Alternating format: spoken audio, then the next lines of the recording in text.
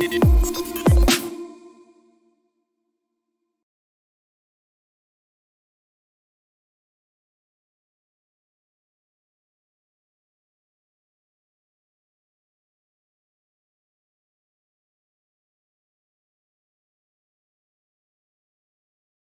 faut rappeler que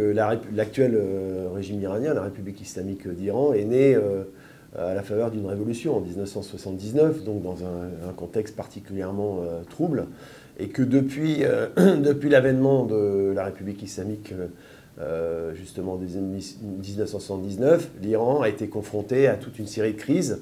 dès le début en fait, du régime, notamment la guerre Iran-Irak entre 1980 et 1988, avec l'établissement de sanctions, puisqu'il y avait dans le projet initial l'exportation du modèle de la révolution islamique, donc une dynamique de tension permanente qui s'est confirmée au fil des années et qui d'une certaine manière, par-delà les aléas, on va dire, géopolitiques, constitue une forme de constante.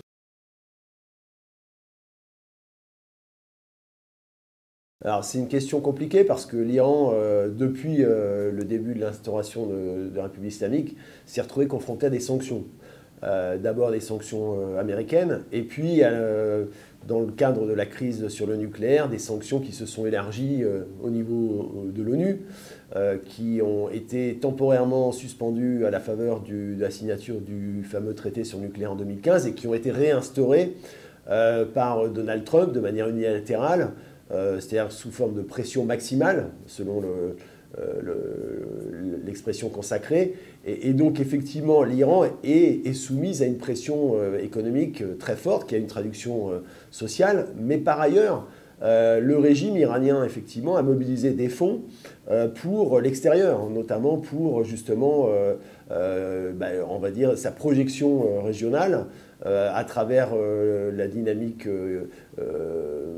encadrée par la force Quds, de feu le général Soleimani,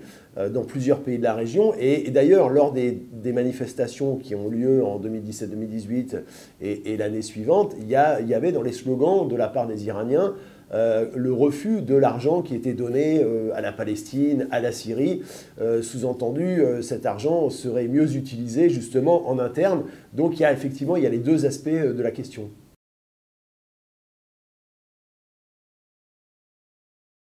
Il y a un durcissement du régime incontestablement, puisque avec l'élection à la présidence d'Ibrahim Raisi, finalement, c'est le dernier pilier du pouvoir qui échappait encore partiellement aux conservateurs, qui aujourd'hui ont le monopole sur l'ensemble des piliers du Nizam, du système iranien. Donc il y a une pression effectivement qui est renforcée à la faveur de l'élection de l'ultra-conservateur Ibrahim Raisi, et qui est d'autant plus renforcée que le régime se trouve aujourd'hui confronté à des manifestations inédites qu'il a du mal à cerner, à comprendre, et donc il répond comme il a toujours fait par la répression. Donc il y a un durcissement avéré effectivement qui ne laisse pas augurer d'un assouplissement espéré par ceux qui manifestent.